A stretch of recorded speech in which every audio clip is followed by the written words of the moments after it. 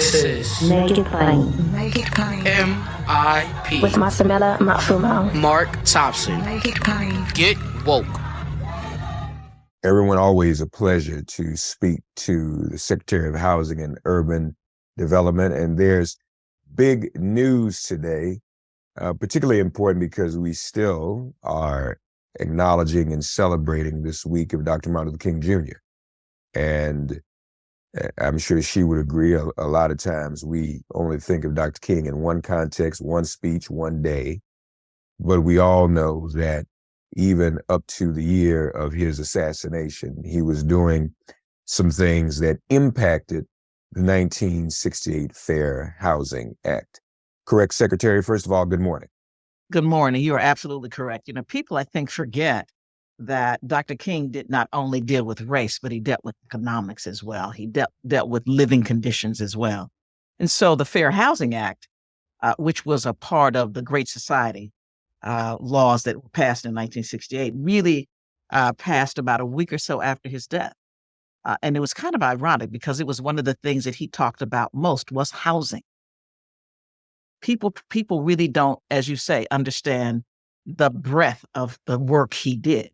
So that's why it's really important that this is the week that we say to people, we are finally going to try to make the promise of fair housing in this country a reality by looking at the systemic discrimination and segregation that still exists today, but it is our goal to make sure that we can turn that around with this particular rule. And this rule, it's called the Affirmatively Furthering Fair Housing Rule, correct? AFFH, correct? Correct.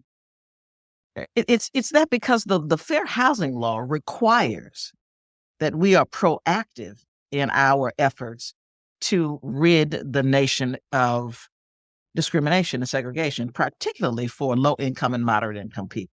So you will find that cities, public housing authorities, et cetera, are required to submit to us an equity plan. That once we approve that plan is going to go on our website so that people in those communities know what they have agreed to do. And if they don't follow through on their plan, then we will take the actions necessary to make sure they do. Because you know for yourself, we are long past the time when we should be talking about people not being able to live in certain neighborhoods. We are long past the time when we should be talking about we are still segregating poverty in this country. And I think that this rule is not only a proactive rule, but it is a rule that basically says we know we have been a part of the problem for a long time. And we're trying to correct that. Yeah, no, that is very important.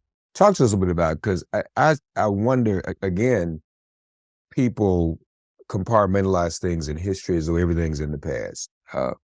Some even may find it hard to believe that there still is segregation in this country when it comes to housing. If you look in any community,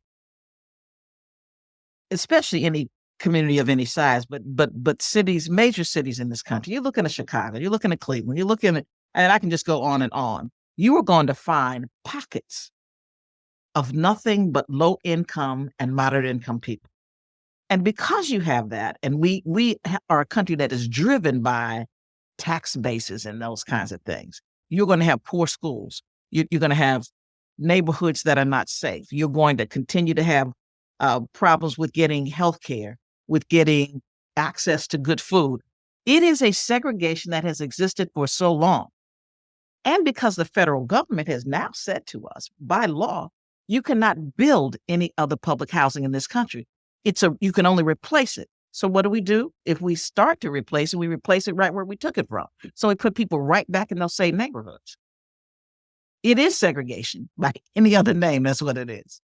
Yeah, no question about it. And this builds on, there was an earlier rule, I believe in 2015, the assessment of fair housing, right? Yes. This builds on that. Oh, it builds on it, but it makes it stronger. Right. Because it gives us more tools. It gives us more accountability. Like something as simple as when you go out and do your community research, you have to have meetings with people. Let's say you're a public housing authority.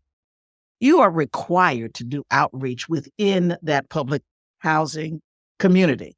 You can't have a meeting at 9:00 in the morning because you know people are not going to come. You are required to go to them and make it something that is accessible so that they can come and be heard. And once that information is given to us, we're going to put that information on our website. We're going to be as transparent as we possibly can. So we want people to come to these outreach sessions to tell us what they like or don't like. Part of the reason that this bill is better, that this rule is better than the last one, is because mayors and other people said, you know, this is what was wrong with that one. This will make it stronger. This will make it easier for us to enforce what it is you're asking us to do. So we listened to people, and I think that is why it's stronger than the previous rule was. I don't want to take anything for granted. Is this something that these local and state communities and agencies and stakeholders are welcoming? Or is this going to be at times in some jurisdictions, places where you might get a little resistance?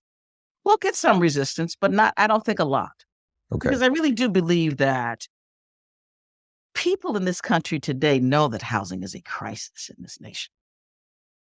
They know that we can't in any way build enough housing to take care of the problems that we have. So what we have to do is find better ways to use the housing we have, in addition to creating new housing. So we need to do both. We need to preserve existing and build new. But the way to do that is to do it in a way that is fair, to make sure that people have an opportunity to live in communities that they choose to live in, to better their children's opportunities. And so that's what this is really all about. Indeed, very important. So folks, this is a new rule that would affirmatively further. It's called the Affirmatively Furthering Fair Housing Rule.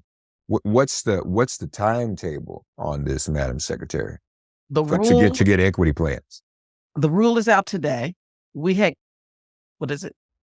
60 days, 60-day comment period.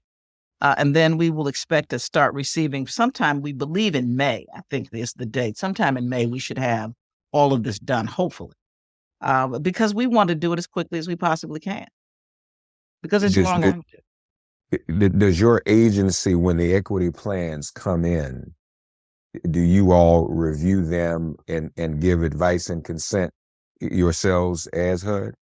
Oh, we do. We have to approve the rule. That's the first thing. Secondly, we will provide technical assistance. We provide data that they may need to come up with the rule. And so we're very helpful throughout the process.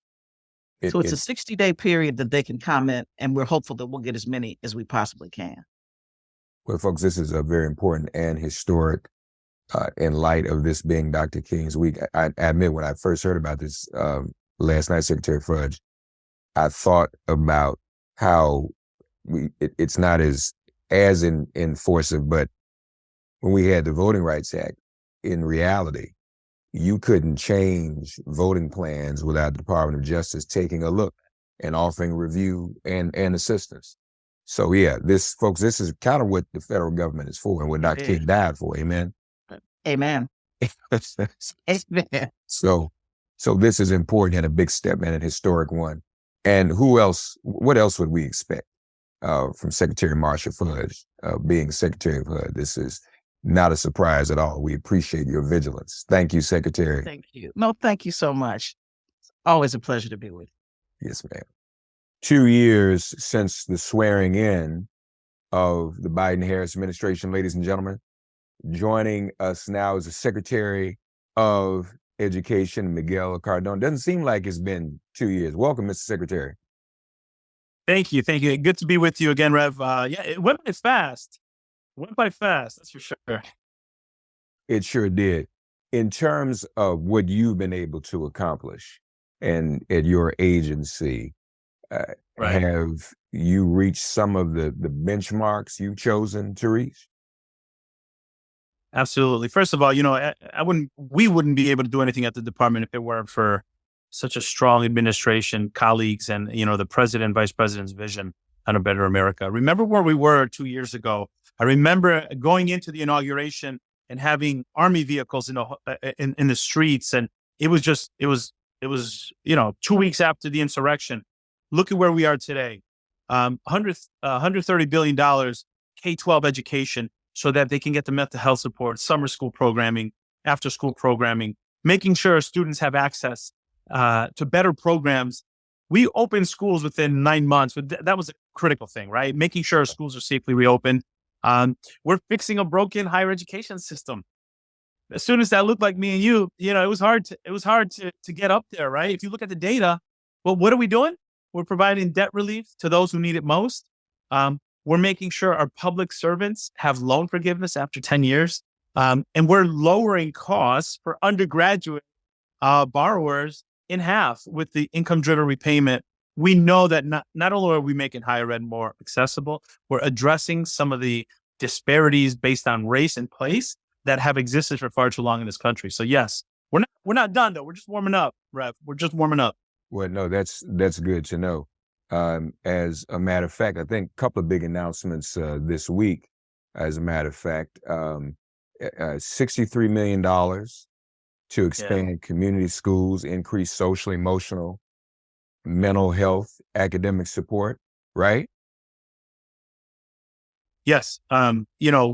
What we saw, what we heard, talking to parents, the pandemic did hit kids hard, right? And coming back in, they needed more support. They couldn't go back to the same system. So we recognize that. We listen to parents, we listen to students, we listen to teachers.